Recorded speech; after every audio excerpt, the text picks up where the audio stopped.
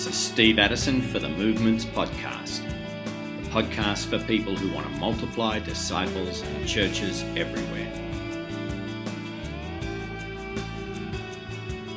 Today we're in Athens talking to Will Burnham about movements among refugees. 2006, my wife and I moved to North India. And in North India there, we got to work under Jeff Sundell and be a part of movement-like ministry there. So really, that's where we learned the majority of what we do today. We really haven't changed that much. It's the principles are still the same, the strategy is the same. The tools have changed a little bit, but we're very thankful for our time there. We spent 3 years there, just under Jeff and just learning and, trial and error and seeing the Lord do some neat things, and that's the best way to learn, I guess. Okay, well, and now you're based in Athens, right? What brought that move about? Yeah, that was a crazy move. Just the way our organization works. That first term that we spent in India was up, and we had to go back to the States and make a transition.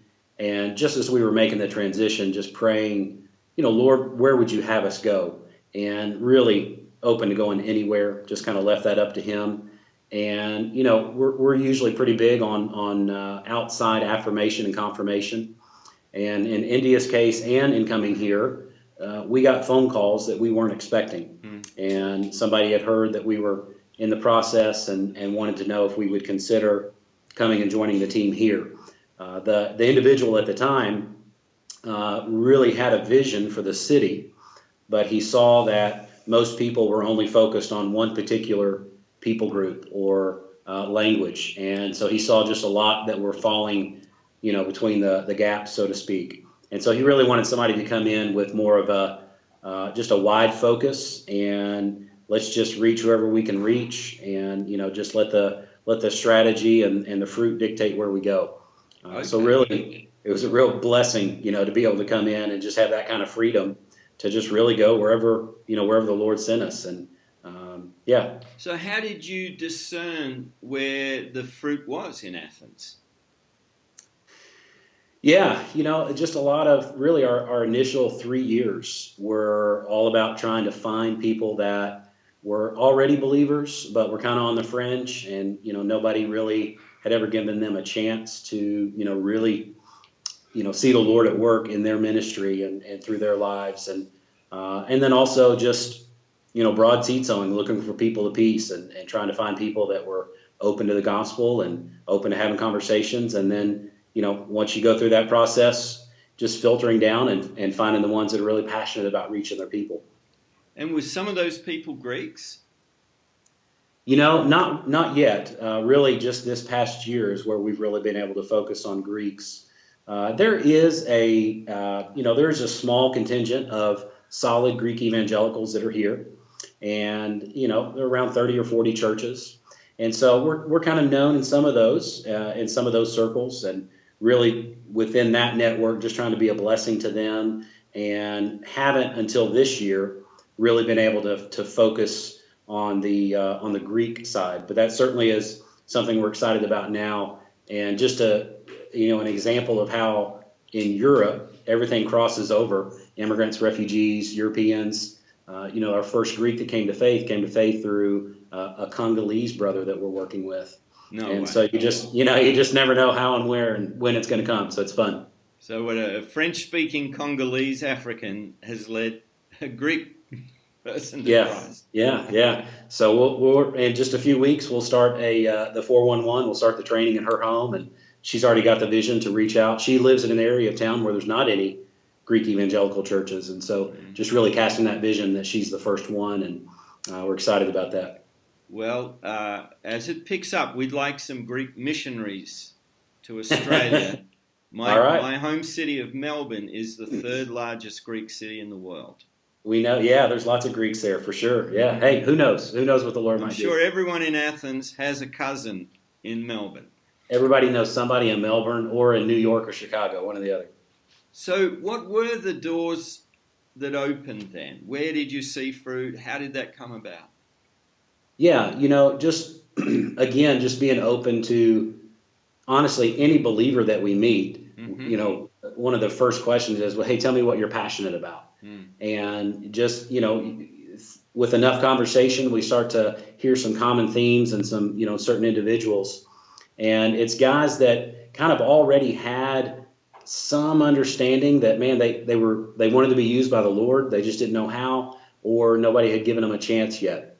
And so we began to really see initially through Iranians and Afghans, just brothers that we met that either came to faith in country, or came to faith on their refugee journey, or came to faith here in Greece. It's kind of, they all happen. And so regardless, though, some of them were, 10 years believers, and some had only been a believer for a year. And, just the ones that were open to, some leading and some direction, and say, hey, man, if you really want to be used by the Lord, let's meet. And, let me show you a few things, and let's just see what happens. And really, our first 3 years, we really walked away with 4 key guys, a couple of Iranians, an Afghan, and a Pakistani, and brother. And then now we're working with in an African stream and an Iraqi Kurdish stream. So it's a lot of fun. Well, I just about tear up anytime I hear of Iranians come to Christ. We have a lot of Persian friends, and what we're seeing in the last decade, we haven't seen in probably 2,000 years. Yeah, it's really an unprecedented time, I think, and you hear that from a lot of people, but that's certainly the experience that we're seeing here. God is certainly at work among Muslims, and Persians in particular. There's just something about the culture that they're coming out of, just where they are as a society, that they come and God's already at work. He's either at work or he's not. And, we're not really finding, for one, it's not that difficult to engage. And two, it's really not that difficult to find those that God's really at work in. Well, why don't you tell us the story of one of those 4 brothers, how you connected, and then how you helped, train and mobilize them? Sure. Yeah. One of the Iranian brothers that we're working with, we'll call him S. And he came out of Iran. I had an experience with the Lord in Iran, and was actually one of the reasons he had to leave, just through reading the Quran and getting a hold of a Bible, and just some of the verses that he read in the Quran about Isa Masih. And he goes and he tells his mom, "You'll never believe what I just read." And she told him not to tell anybody and never read it again. And so he knew at that point, he needed to get out. So he started the process of becoming a refugee and making the same journey that refugees are making today, right now. And he came to Greece about 8 years ago, and I met him 5 years ago. Those 3 years, prior before I met him, he, by God's grace, he had gotten involved in an evangelical church, and he was very passionate, very bold with the gospel. And they gave him a job as a janitor in the church building, gave him a room to do ministry out of. But that's really where it kind of ends at that point. They were pretty controlling, and he didn't have a lot of freedom in ministry. He was thankful for what he had. And so, when I met him, just with anybody, we're going to ask and see what their passions are. He just began to share, really, without knowing the terminology, as he was describing his ministry. He was laying out T for T. And so it was just neat to just sit there and listen. And it's, the whole time he's talking, I'm like, I want to work with this guy. So it took some time. We just wanted to build that relationship. It's one of the things with Persians in particular, to really build that trust and that relationship where they're really going to invite any counsel or direction or leadership. But man, once that started, this brother is just really, he's seen God at work, and he's got generations of disciples, and his ministry right now is just a reflection of the refugee reality. With the exception of 3 people, everybody's gone. Everybody that he's led to the Lord are now somewhere else in Europe, and which is great, on one level, because you're sending out, trained believers that are passionate about the gospel. Not all of them, but you just pray that a percentage of those that are trained actually do it, as is the case anywhere. And so, then just the reality of how do you follow up with those guys, and how do you help them get to church where they are? How do you help them reach out to the people that they have influence with there? And that's just been another dynamic that we're you can look at it as a negative that people are moving through so quickly, but really we just see it as a value. It kind of forces you to have a train and send mentality. It forces you to really be strategic in what you get to first, and how quickly you want disciples to experience healthy church. And because you never know how long you're going to have with them, and S's ministry is a perfect example of that. So he's kind of back to square one, and just doing broad seed sowing, looking for people of peace. And he's got a couple of key disciples that he takes with him every day. They're in the parks and in the camps sharing, and just looking for people and that their are focus typically will be amongst refugees. Yeah, primarily. Most are going to be among refugees. So it, again, there's going to be some crossover. Just naturally it happens. But, for the most of them, it's just because the camps obviously are refugees. Most of the parks are refugees. And, just the reality is changing here, in that people are here longer now. This used to be just a very quick transitional country. Well, now it's not. You're looking at least a year, maybe 2 years with people before they move on, typically. Depending on when you meet them in their process. So you've gone to Greece saying, Lord, where is the responsiveness? Mm-hmm. Both in the harvest, but also with existing believers to train and mobilize people like S.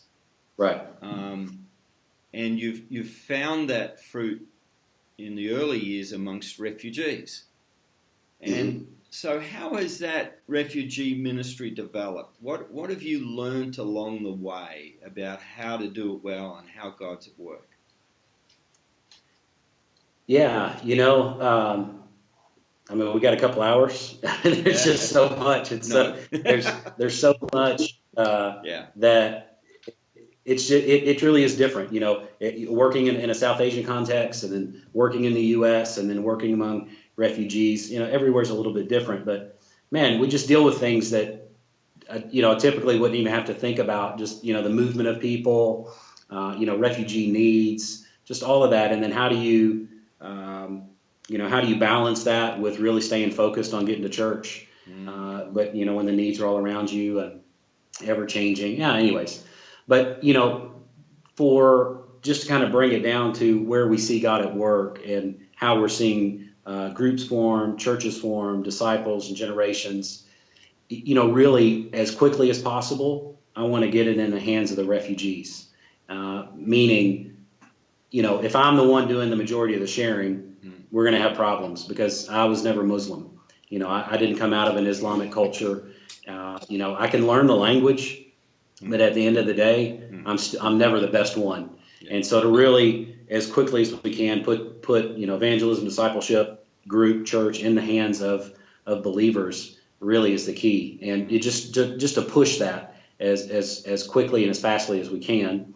And that's where we're seeing the majority of our fruit is some of these key brothers that we're working with, really just giving them a model and some tools that they can use, and just let them run with it.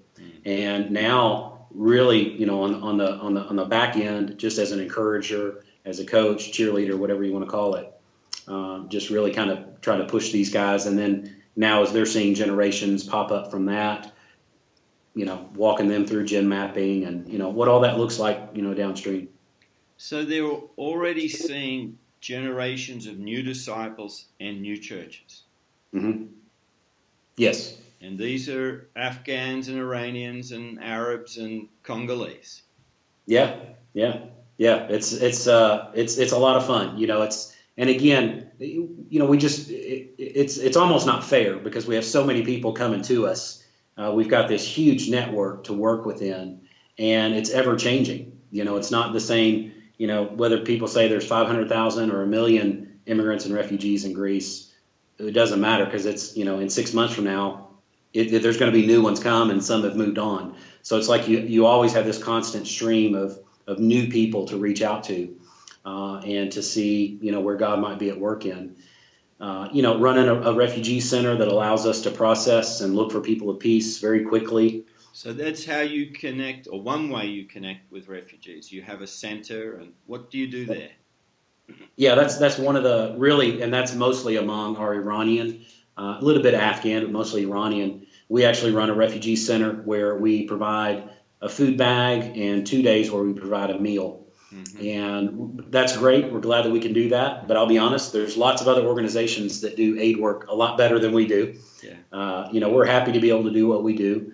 But at the end of the day, what we're excited about is we'll have, 200, 250 refugees a day that come and are sitting around tables. And our nationals are sitting there with them, just looking for people of peace. And just, that's the thing. They know the questions to ask. They know, they can sit around a table and within a matter of a minute, or two, they know really who's interested. And so then they're able to say, hey, why don't you come back at 4? Let's meet up for tea. Yeah. And that's where they can really have some more dialogue and really get to it there. And then all of the guys that we're working with, their schedules are completely free and open. Mm-hmm. So they're able to not only do that, but they can also partner with other, refugee centers where they just get to go volunteer their time and, be a blessing to that organization. But then also the whole time they're looking for people of peace. S, who we talked about before, he does that with a Catholic organization here. So they're happy to have him because he speaks the language. And but he's constantly looking for people of peace out of that, which is great.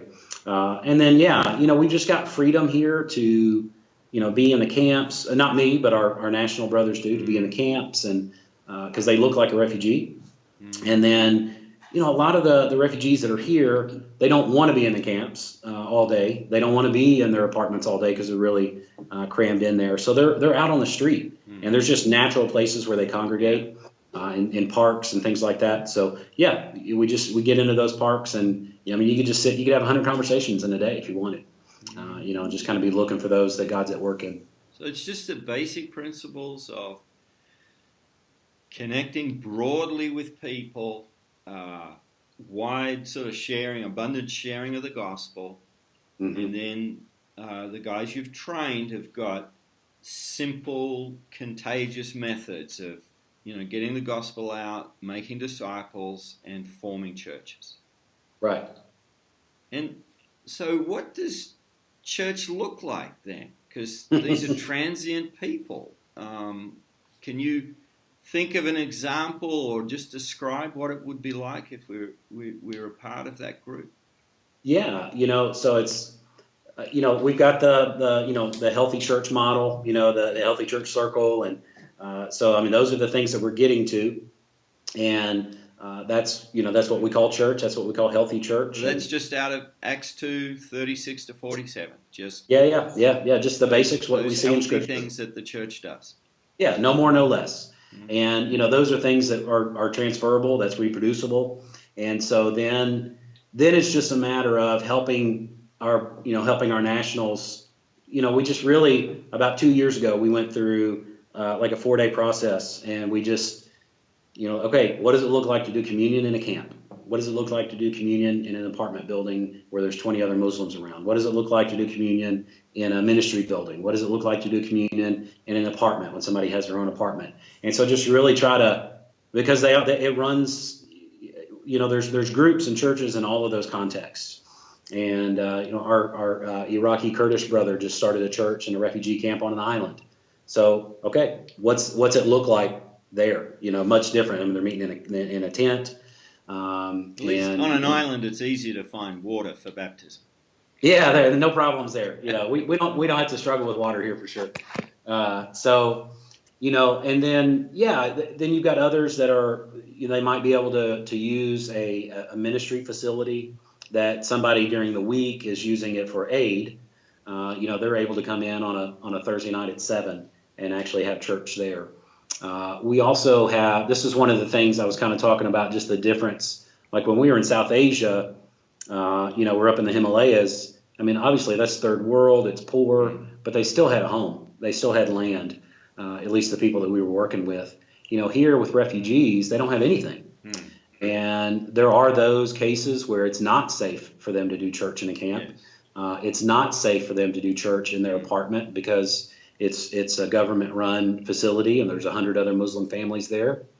So we've tried to create some environments where they can do church in a way that they'll be able to reproduce when they get to Germany, let's say. So basically what we've done is we've rented apartments, and we really just kind of have the living room area set up where a group can meet in there and do church. And that's something, that we just feel that's the best way that we can prepare them for what they're going to experience. Let's say whenever they get to Germany, odds are they're not going to be in a city where there's a ministry building like they're a part of here in Athens. So we got to prepare them for whatever they're going to experience wherever they go. And so that's kind of the way we've been able to do that, is just, provide a couple of those places. But we just keep it basic, we keep it simple, something that we feel like they'll be able to reproduce, whenever they move on. Or now you're starting to see more and more refugees that, make that transition to immigrant. And now they choose to stay, actually get a Greek passport. And so they're a little bit more stable. They're, they find work. And so they rent their own apartment. And so we're just kind of bridging that gap, I guess, as best we can, until they can create their own space to do it. So you're looking at the movement of the refugees and seeing, sometimes we've only got 6 or 8 weeks. Mm-hmm. And if they come to know Christ, we've got to give them the essentials of what they need to be a disciple and form church wherever they go. Mm-hmm. And then sometimes you've got a longer period of time with them, but it's the same essentials. And you're thinking, okay, quite a high percentage of these people will be moving throughout Europe. Right. So how do you help them take what they've learnt and live it and do it in, when they're in Berlin or in Paris or wherever they might be? Yeah, just sticking to the key principles of keep it simple and reproducible and, something that's already reproducing, so having even our initial lessons that are, it's basically the 7 commands. We just do it a little bit different. So you've got those basic things you want everybody to walk through. Well, in certain cases, we're going to mix that up and maybe do suffering first, or, others, you would just jump right into baptism and just everywhere in between. So, first of all, being flexible with, it doesn't have to necessarily go from point A to point Z, in that order. And you just have to be okay with that. So at the end of the day, if, for example, if we only have 8 days with somebody, which happens, not that they're come in their first day and then they're gone in 8 days. It's maybe they don't come to faith until later in their refugee journey and they're about to leave the country, whatever. Okay, what are you going to give them? So we want to make sure that they know how to share their story, share the story, and how to be in the Word. Because we know that if they're in the Word, they're going to read all the 7 commands. And initially get to that. So we try to bridge that a little bit. We developed an app that we can just, they can put on their phone, and it's got all the discipleship lessons in their language, in their heart language, that they can watch these videos as they continue their journey. Mm. And, just the reality is we usually lose touch with about 80% that move on. Yeah. Just what it is. And, the 20% that we are able to maintain some communication with, I'd say it's about 10% of those that when they land, they understand that it's their responsibility to start, reaching out. They are the church. Yeah. And so that's really that 10%. I mean, that's a rough estimate, but, that really those select few, which is, typical. That's who we got to focus our effort on, downstream. And so we'll send so the nationals that we work with here, they're all legal. They all have passports, Greek passports now. So they're free to travel anywhere in Europe. So we'll send them to some of these guys that are starting to see some fruit. Yeah. For example, we had a guy that really he was a Persian brother that we lost touch with for almost a year. They lose their phone or they switch phone numbers or, something happens, whatever. So really we have to rely on those that kind of get back in contact with us once they get settled somewhere. And that's we can use that as a filter sometimes. Those that really want to stay connected, really want to do work wherever they go, they'll make contact whenever they land. So, we had a brother that contacted back our Persian leader here and said, "Hey, do you remember me?" "Yes, of course." "Hey, we've landed he's in Austria. Praise the Lord, brother. We're excited for you. Listen, I've got 14 people that came to faith, and, we're meeting in my apartment now, but I don't know what to do." He was one of those guys that he wasn't here long enough to experience what does it look like, to go from point A to point Z, experience healthy church. So, hey, we buy our brother a plane ticket and we send him out there to spend 2 weeks with him. Yeah. And so that's just kind of how we're doing it right now. Just, when we have those guys that are hungry for it, that want it, we'll fly our guys up there and let them, you call it a mid-level if you want to call it that, or, adding fuel to the fire or whatever. But, really just try to take people that almost everybody that leaves, I'll just put it this way, they've missed something along the way. It's just not pretty here. There's just very few people that get through the whole process of, coming to faith, going through a short-term discipleship process, leading into a long-term discipleship process where they get to experience healthy church for, 6 months before they leave. Mm-hmm. That's like ideal, and that's perfect, but that usually doesn't happen. Okay. And so really, this ministry has a Europe-wide impact.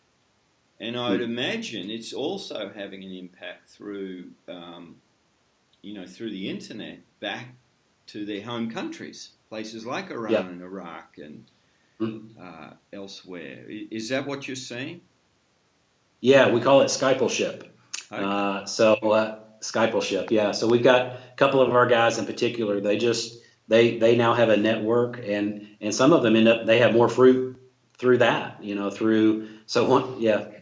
Lots of different stories, but just different ways that they can get Christian content into Muslim countries via Facebook or a website, and then they just filter out all of the nasty responses, and they just look for the people that are really interested, and then they can begin a dialogue there, and then set up Skype calls, and then we've got brothers that have discipleship groups that they disciple through Skype in 4 or 5 other countries, and so it's just some of them are like Ireland and Denmark and Germany, and but then back into Turkey now, back into Iran, back into Afghanistan. And then at that point, really the only limitation is internet, internet speed and things like that. But that's just the reality of it. But there are certainly ways to get back into country without having to go back there. Yeah. And that's just one of the ways where, so as much as that we can do, awesome. Where's this going, Will? What's God put on your heart? Yeah, we want to see a movement of healthy churches all throughout Europe. And, we really feel that, among refugees, among Europeans, and we just really feel blessed that we're in a city that we really feel like can be, just because of where it is geographically along the refugee highway, it's just such a rare opportunity that you're not going to be able to keep people. They are going to move on, and they don't know where they're going. So we just kind of trust it to the Spirit that He's going to send these people to where He wants them to be. And our role, our responsibility here is to give them as much as we can for the time that we have them. And, when they go, we pray that we're able to connect with those that are really passionate and end up seeing fruit there so we can, continue to feed into that. And, we just believe that, for one, God is at work among Muslims. I think nobody can deny that. And we want to see a movement of healthy churches among Muslim background believers all throughout Europe. But, man, we just believe that if God's at work in such great ways among Muslims, why can't He be at work the same way among Europeans? We just believe that He is.